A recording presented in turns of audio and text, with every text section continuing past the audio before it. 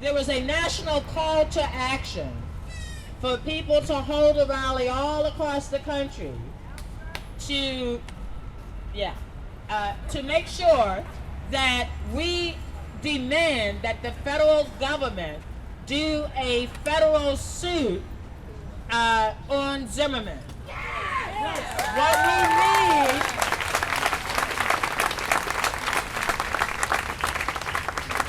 and I'm a kid from the 60s. When I was a kid, when the Department of Justice Civil Rights Division came to town, they meant business. They were going to make sure that they were protecting the civil rights of the individuals they were in town for.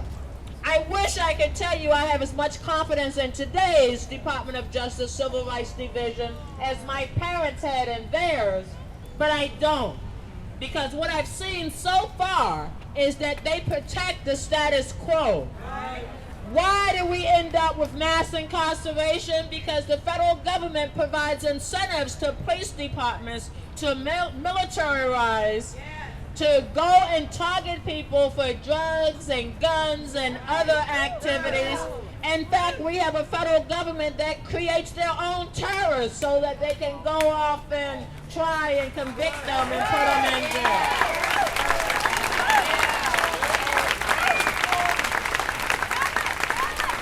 So just because I stand with you today and say, yes, we have to demand that the federal government takes action, I live under no illusion that they will take that action without severe pressure from community members all across this great nation. And we can make it happen.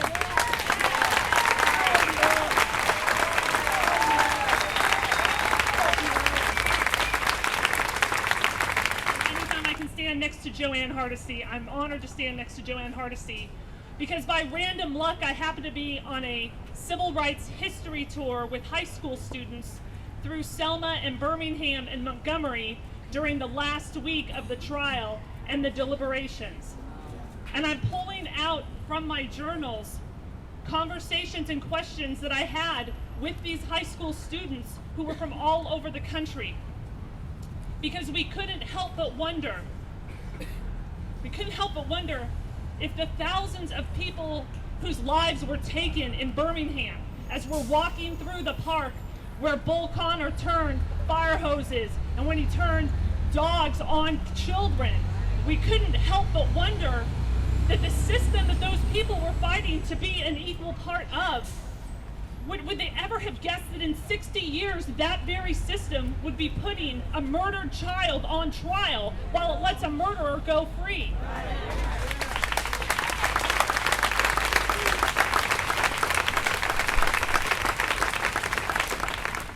Time, I'd like to bring up to the podium Leila Hofston, and she is the organizer for the Portland Black Parents and Friends of Lesbian and Gays, also known as PFLAG. Please put your hands together.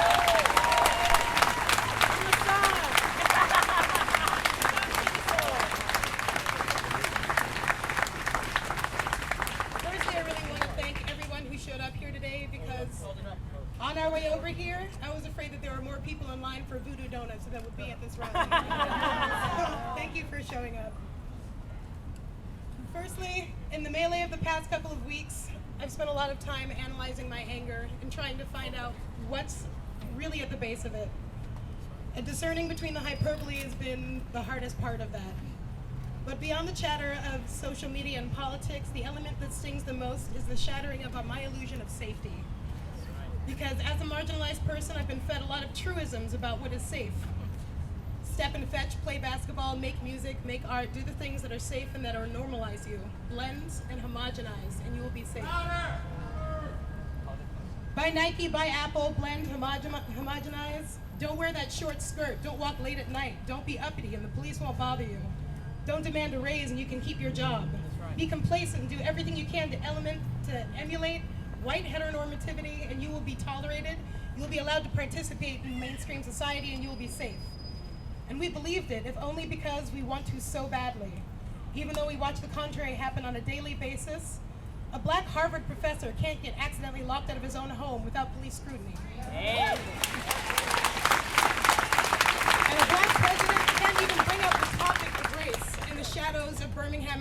without being accused of race baiting.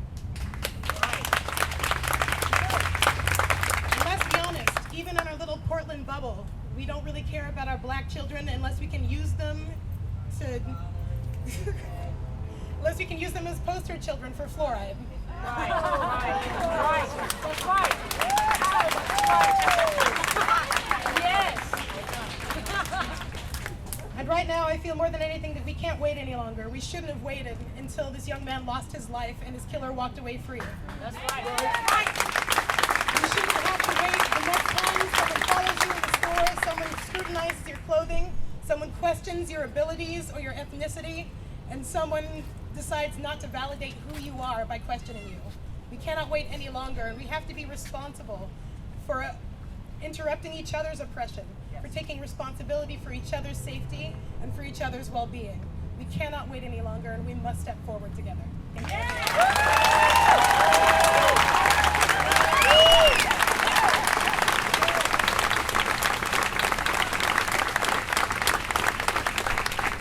What do we want? Justice! When do we want it? Now! What do we want? Justice! When do we want it? Now! What do we want? Justice! When do we want it? Now! I want to take the opportunity to bring a man up on the stage now who has been for well over 20 years tracking and recording police misconduct. If you want to find out exactly the history of police oppression in the city of Portland, all you really need to do is go to one website, portlandcopwatch.org. And if you go there, you will find out that we have paid tens of millions of dollars in settlements over the last decade for police misconduct, yet police have done nothing wrong. What you will find is even after 15 months of a Department of Justice investigation that proved that Portland police officers use excessive force against people with mental illness and people perceived to have mental illness, Portland Police Bureau still says their officers don't do anything wrong. It's the broken mental health system. Yeah. Clearly, our system is irrevocably broken, and it is our job to fix it. Please put your hands together and welcome Dan Handelman up to the podium. Good afternoon. Thank you. I'm Dan Handelman with Portland Cop Watch. Our parent group is called Peace and Justice Works. I'm Dan Handelman with Portland Cop Watch, and our parent group is called Peace and Justice Works. So I'm going to break things up for you and then break it down again, okay? So, Trayvon Martin was not shot by a police officer. So why is Portland Cop Watch talking about this, right? On a global scale, what we got is we have airplanes and drones dropping bombs on people with dark skin and killing them overseas. And that's being done by our country. And then that violence brings itself back home in the form of police violence on the streets. And then that violence gets down to the level of the neighborhood watchman who thinks that he's a police officer, right? So we have a culture of violence that we've got to stop. This has been going on, these shootings by police in Portland of people of color, black people particularly, have been going on for more than 30 years, longer than I've been here and studying this. But we know of the case of Keaton Otis. You've heard it a couple of times. I'm going to break it down for you again. That experts that were hired in by our police review board to look at whether Keaton Otis was shot wrongfully saying that he had looked at them funny, that he was wearing a hoodie and on a hot day, that he was in the wrong car, that he was slouching, and that he looked like a gangster, was not racial profiling, because then he, after the police chose to follow him for those reasons, he committed traffic infractions. He changed lanes without signaling. He went across 2 lanes of traffic abruptly. Do you think a white person would have been killed at the end of a traffic stop for those incidents? No. And do you think that maybe Keaton Otis, in his mind, 3.5 months after Aaron Campbell was shot in the back, might have given them a look because he was scared to death he'd end up dead? And unfortunately, he was right? Unfortunately, he was right. So there's a couple other cases that have come forward that fortunately the people lived through these experiences. They filed complaints with our Independent Police Review Division, our oversight body. One of them is a woman, an African-American woman, 4'10", and she was mistaken for a Latino man who was 5'4", who was going through some mailboxes in the neighborhood. And she complained that her knapsack was rummaged through without cause, and that the police were rude, and that she was racially profiled. And guess what? Our police review board refused to investigate whether or not she was racially profiled. It took a vote of the review board to force them to go back and investigate that.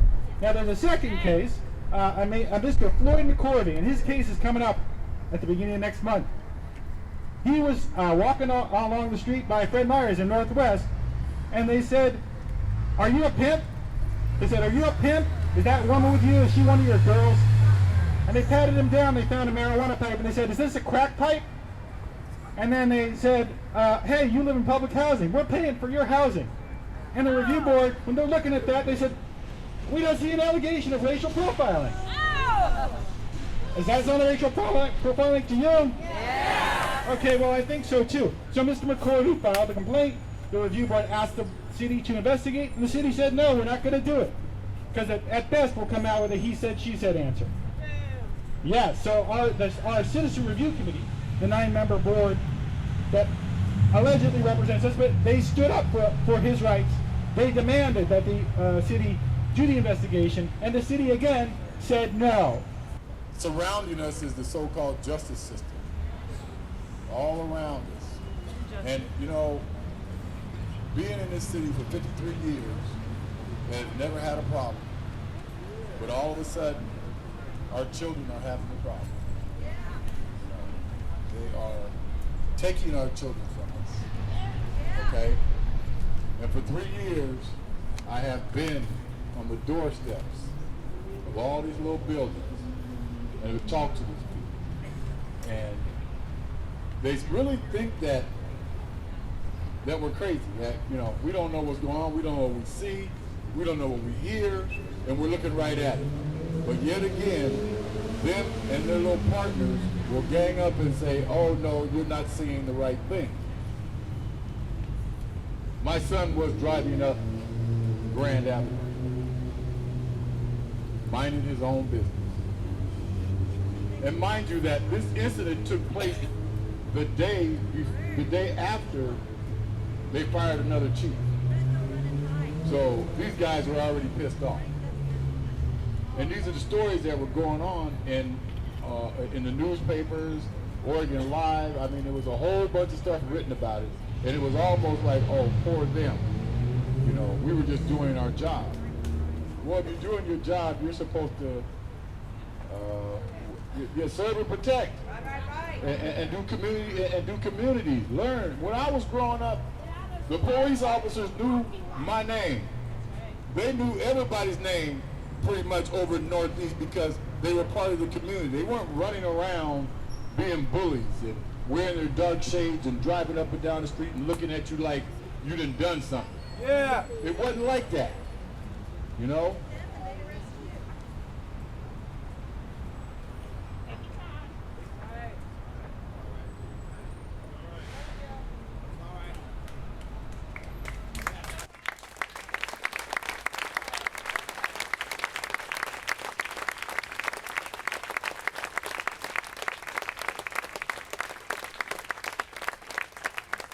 God blessed me with 5 children.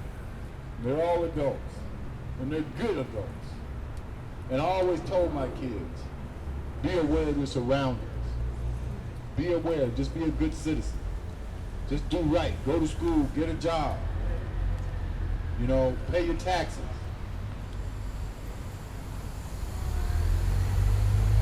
And Keaton didn't get a chance to do that. They took it from him. They took everything from him. In my possession. And I've had it in my possession for 3 years. Exactly what they did. How they did it. Who was talking. And who was saying what. They took first-hand witnesses. that were right there talking to my son. When he yelled out, "Ma'am, don't leave me, they're gonna kill me." This is what she said. And when that woman went to grand jury, they said, "You know, ma'am, we checked your record. And you did some stuff way back in the day. So if you lied then, you're lying now." The woman that took the video of the whole incident, her and her boyfriend took the video. They harassed her so hard for that video.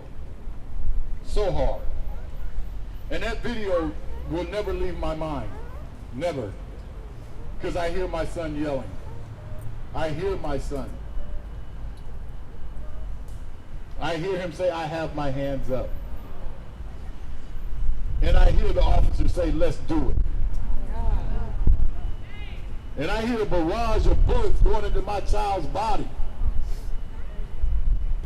And you're going to tell me that he shot you. How do you shoot somebody when they got their hands up? Oh, it goes even further than that. I had to go see my son. And when I saw him, I knew what they did. I knew he was telling the truth. And they were lying. You know, I'm not scared of none of them. And they know it.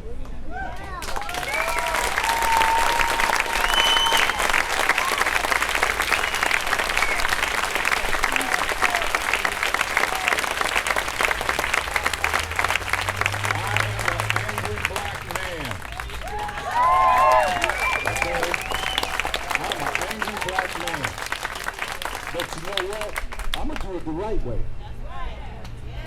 As Dr. says, it is not a sprint, it is a marathon. And I ain't going nowhere. Thank you guys for coming out. Justice! Justice! Justice! Justice! For Trayvon! For Trayvon! For Trayvon! For Trayvon! For Trayvon! For Trayvon! Justice for Trayvon! For Trayvon! Justice! Justice! Justice! Justice! Thank you very much.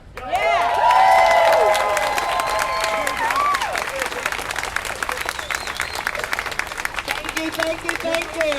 And let's not forget, we want justice for Trayvon. We also want justice for Keaton Otis. We want justice for Kendra James. We want justice for James Perez. We want justice for Mahir Pook. We want justice for everyone who has lost their life at the hands of a racist system. Aaron Campbell! Aaron Campbell! And let's not forget Aaron Campbell. I mean, we could be here all afternoon because we have 20 years of deaths at the hands of Portland police. So, you know, I don't remember all the names offhand, but some of them are burned into my brain. But one of the things that I wanted to bring to your attention, when we gathered here earlier, the police said we needed to stay on the sidewalk, that we needed to follow traffic lights and signals, that we needed to behave ourselves. So, we the people decided it was our streets, our city, and we will take it over if we need to take it over.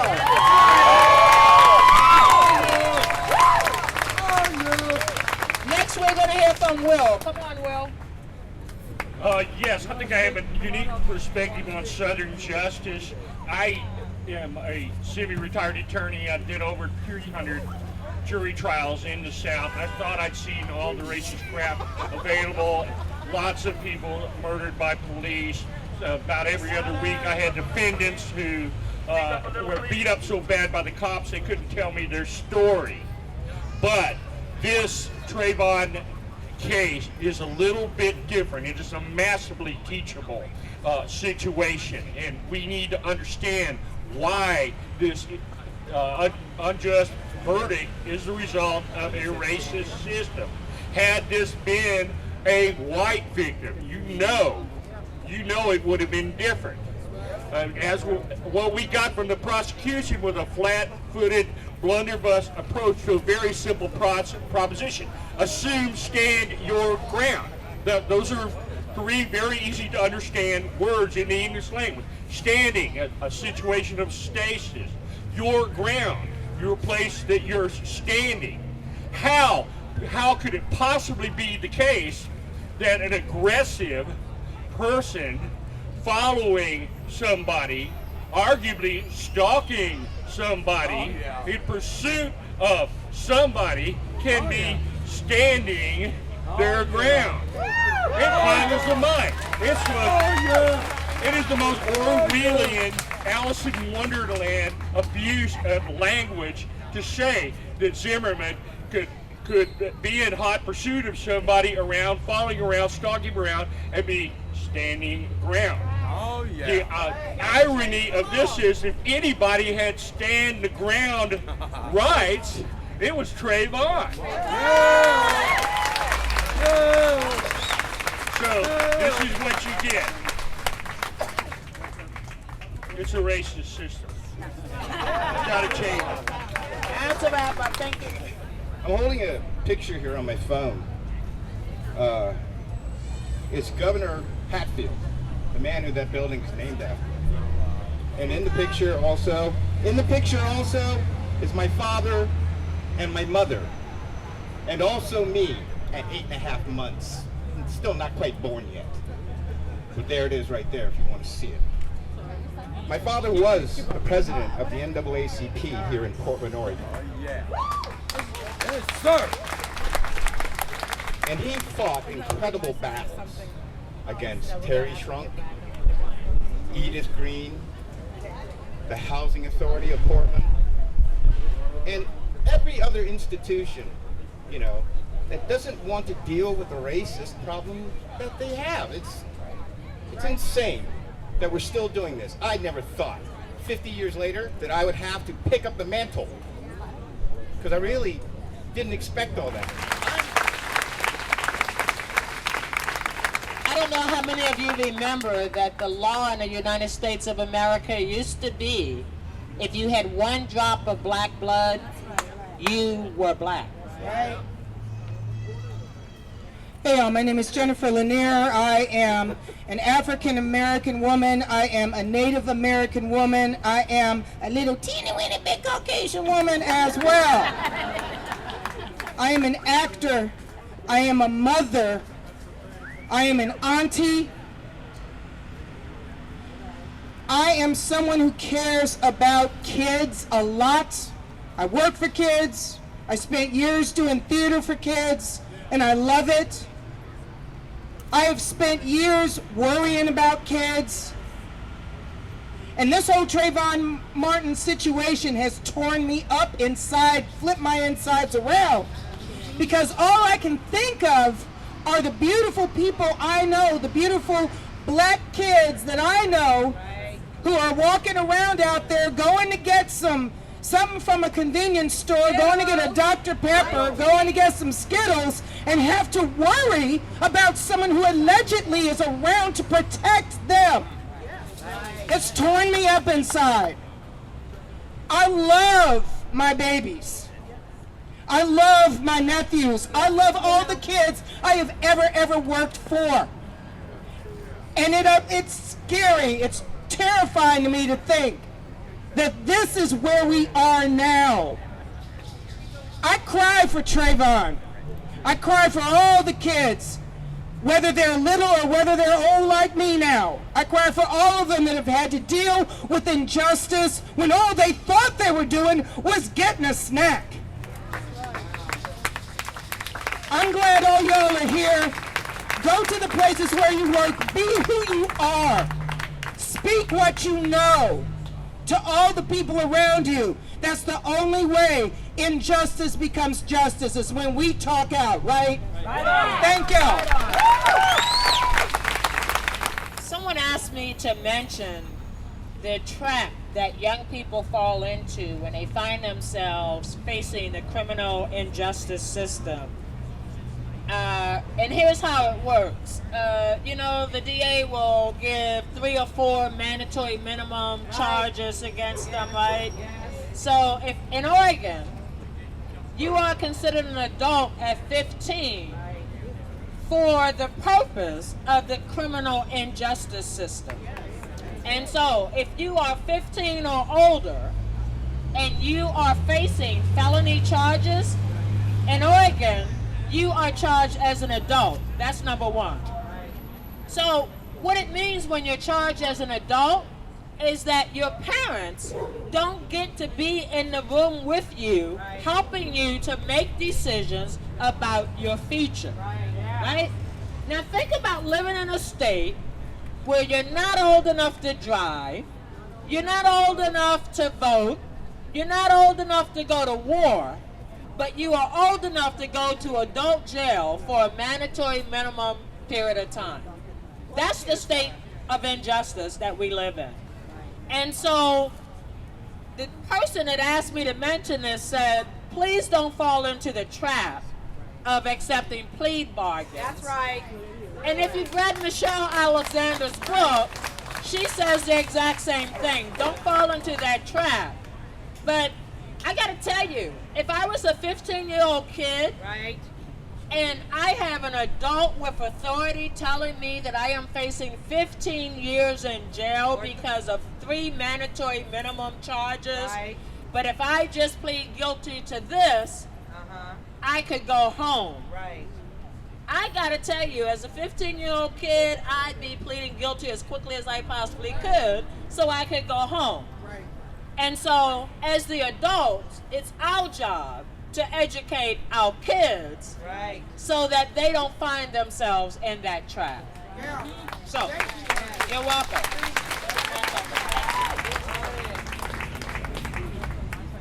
I work in the food system, and it's a deep source of embarrassment to me that white folks in the food system could organize a memorial for 50,000 bees in Wilsonville and have been all but silent about Trayvon Martin.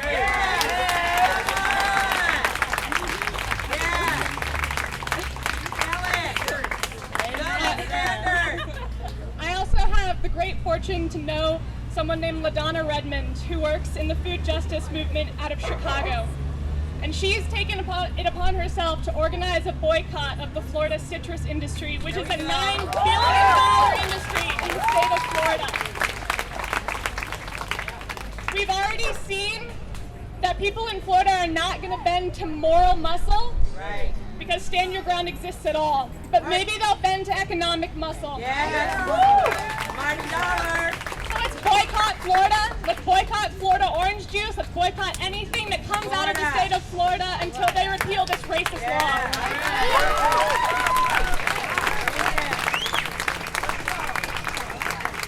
First of all, I'd like to thank everybody for being here. This is a very important thing that we're doing. This is the only way that we can possibly change any system, is through being together and through accepting each other. The first thing I would like to say is do not let any system of intimidation ever put you into a place of fear. Do not let any system of profit put you into a place of anger. Do not ever break composure.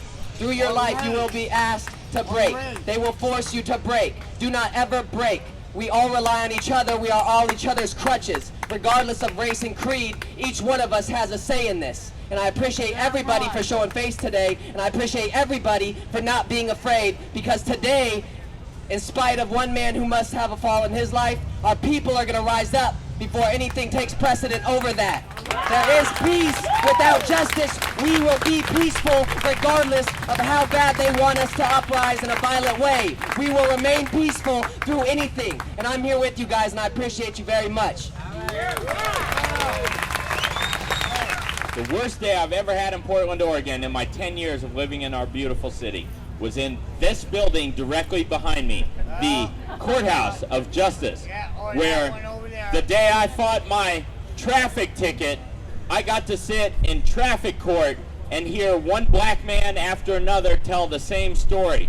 Your Honor, I was pulled over, I was doing nothing wrong, the cops got me out of my car at gunpoint, they searched my entire car, and then they failed to find anything, and so then they wrote me a ticket for failing to signal 100 feet prior to a lane change, failure to yield, to any kind of ticky-tack BS they could write to cover up the fact that they have been racially profiling people in Albina, Deacom, Killingsworth, you name it. That's what it was. One man after another after another. And here's what the judge said. One guy had him, they didn't even know what, they didn't even agree. He clearly had him stumped, and the judge looked at everybody and he said, I just want to remind everybody in traffic court, it's just a preponderance of guilt. It's 51% versus 49%. It's not beyond a shadow of a doubt. And I think even in this situation, still the officers, and it was tragic to me because I got to see that not only is racism dictated out on the streets of Portland on a daily basis, but then that same racism, that same injustice is enforced and upheld in this building right behind me every single day. And so what I wish to say is that this is a systematic problem. And to stay within the system, to have a nice orderly march and do what you're told is nice to make inroads, but let that be the tip of everyone else's iceberg. That without systemic rebellion and acting outside the system that is broken, there is no way to break the system that is broken from top to bottom. And so organize, protest. I guarantee you, if there were 200 people of color in this courtroom behind me, that judge would be a little slower to say guilty, guilty, guilty, guilty. And so organize, do whatever it takes, act outside the system, and fight! Fight! We can win! Hello, everyone. My name is Melissa, and I stood here. I decided to join the rally after I found out about it. And the reason I decided to do that was because I'm angry. I'm angry and sad all at the same time. Right. Because I realized that I'm the daughter of a country girl from the South, and she's the daughter of a country girl from the South, that we keep telling the same damn story. And it's starting to piss me off just a little bit. Because the same stories that happened with Emmett Till, the same story that happened with Trayvon, is the same story that Ida B. Wells told. If you don't know who she is, please learn who she is. Read some of her pamphlets. She was an investigative journalist that was very brave, Ida B. Wells. And as an ethnic studies major in my undergraduate career, it began to anger me, and it made me decide I needed to pursue higher education so I could figure out what I needed to do to help my people figure out how to navigate stuff. So I stand here to encourage you. I encourage the brown people to spell it in the white because I need the white folk to move in spaces where I can't. I need the white women to move in spaces where I can't enter. You need to speak when I can't. Okay? But you know what? I also need the black women and the other brown women to speak up. You know, they try to put these stereotypes on us, but don't ignore that mess. Ignore that. You obtain your education and figure out a way to topple the system because the system is messed up. We have systems of gentrification, right? We have systems of the prison industrial complex and the military industrial complex. We need to figure this out before our time is up, y'all. Everyone, we need to figure this out. So educate yourself. Educate yourself, and then as you educate yourselves, each one teach one. Tell somebody else so they also have the opportunity to learn. Thank you. Social Justice Committee of my local church over on the west side, third Sunday after church, we have a topic for letters. So Sunday morning last week, we didn't react to the verdict, and we decided to do it on the DEQ about coal shipments, which we need to do. So, but I'm going to bring one to the Attorney General and look at who do we have set up in the system, elected and appointed, who's responsible to change this. The Attorney General, civil suit against George Zimmerman for violating civil rights. Right. Investigate the local criminal justice system. Right. Make the changes. Right. Investigate stand your ground laws in Florida, in Trayvon's case, all over the country. Right. 31 states have them, including Oregon and Washington. Wow. So who handles it in Oregon and Washington? Your state senator and state representative can change that. Okay. Your attorney general can investigate it and report to the legislature on what ought to be changed. All right. Same, and there's online petitions to every state that has these. Right. So I want to clarify. So the current law, as I mentioned earlier, in Oregon, when you see the national chart, they list Oregon as having the stand your ground law. Right. But when I went to the legislature, they said that the law in Oregon is ambiguous, right? They couldn't quite figure out whether or not someone had a duty to retreat. And so I have asked them to draft legislation that makes it absolutely clear that people are required to walk away, if you can walk away, right? So that there is no presumption of standing your ground. First of all, I'm hearing some things that are a little disturbing, calling for prison sentences for Zimmerman. The prison system serves to enslave my people, other people of marginalized communities, and yes, poor white people too. The prison system is a slavery system. I have no interest, and I think other people in the black community have no interest in feeding this system because it serves the colonialists and the oppressors that are using our free labor to oppress more people.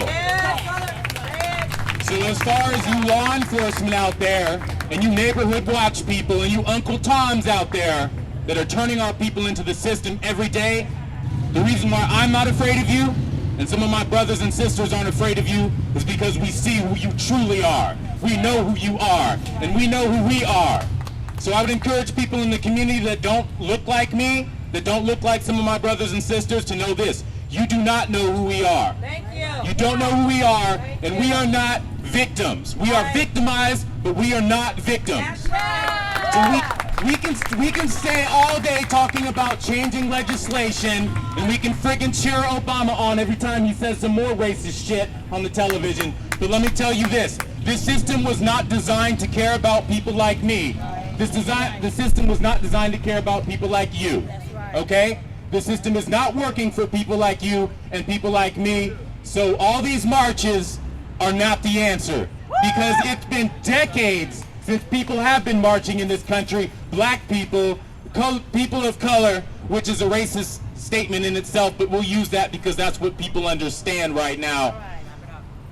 This is not working. This is not effective, and that's why we're here again, saying the same things to the same people. We have to change the system till the system works for us, and until then, there's no respect, there's going to be no peace, no justice, no peace, and your slavery system of prison is not justice. We get that. Let's make changes so we don't have to keep coming out here each time and saying angry words, when in reality we should be reacting, we should be revolutionizing, we should be radicalizing. And if you wonder why I'm not afraid, feel free to come talk to me, and I'll put some education in your mind.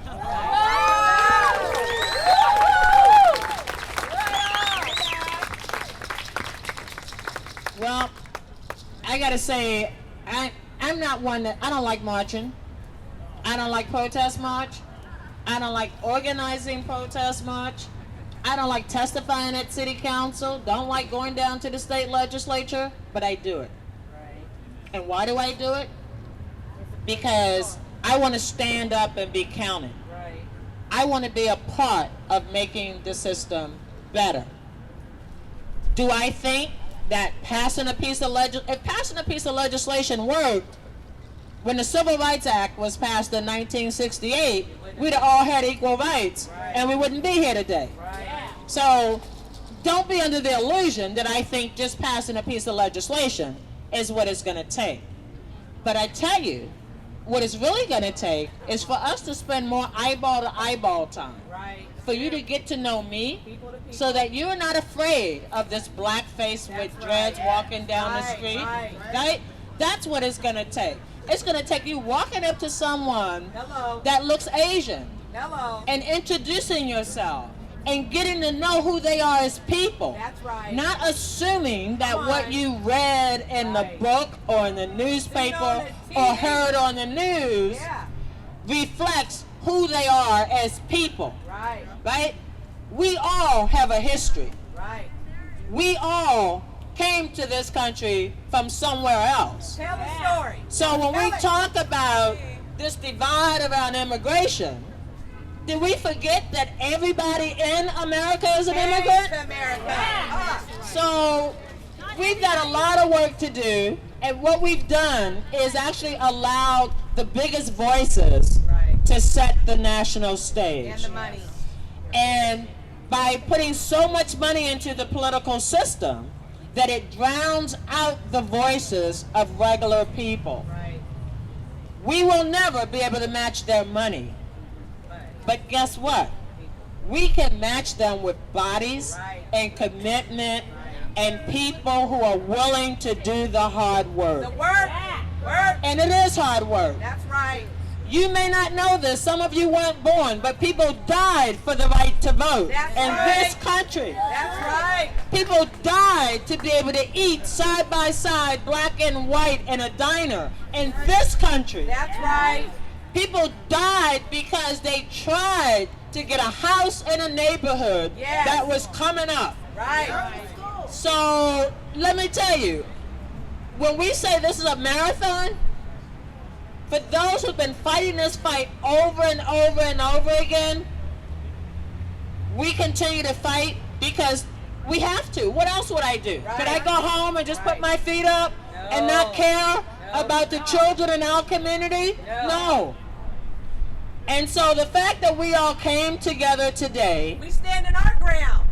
We are standing on the backs of many, many generations that came before us, black, white, brown, Asian, Latino, all of us, right? We are standing on their shoulders. And let me tell you something else. The reason that the Voting Rights Act was gutted was because my generation did not do their job. That's it. My parents put everything on the line. That's right. So I could get a public education. Everything. That's it. My dad fought to get a union job as a longshoreman. Right. So he could buy us a home. Right. And so when people say to me, Joanne, you're always at these marches, you're always whining, you're always moaning, I can't not be here. Right. I have to honor my mom and my dad. Come on. And all those unsung heroes. That's it. Who made it possible for me to be where I am today. My generation failed you because my generation thought we had won. Yes, that's it. We thought we had passed laws. We thought we could go to any school we wanted to. We could eat where we wanted to. So my generation didn't want the kids to know about the brutality of the police and the water hose and the riots and the beating up people because they were trying to register to vote. We didn't tell our kids that if you were black, you had to count how many jelly beans were in the jar at the elections office. And if you got it wrong, you couldn't get an application to register to vote. All that stupid stuff. We didn't tell our kids that if you were a certain color, even if you had fought in Vietnam and you had the GI Bill, couldn't even use it. You couldn't even use it where you wanted to if you were black. And so when I hear people say that this is a waste, it can't be. It can't be a waste if so many people have been willing to put it on the line for so long. Right. And so, whether there's 1, 10, 100, Only takes one. or 1,000, I will be there. Right. And if you are going to be there with me, we've got work to do. All right. And the last thing I just want to say is thank you, thank you, thank you. On one of the few beautiful Saturdays that we have, the fact that you would make a commitment to be here instead of all the other places you could be. I want you to know that it touches my heart to know that people brought their kids, that they came in their wheelchairs, they came in their walkers, and they were here because they wanted to stand for justice. Right. I will see you again, my sisters and brothers, in the fight for equality for us all. Thank you.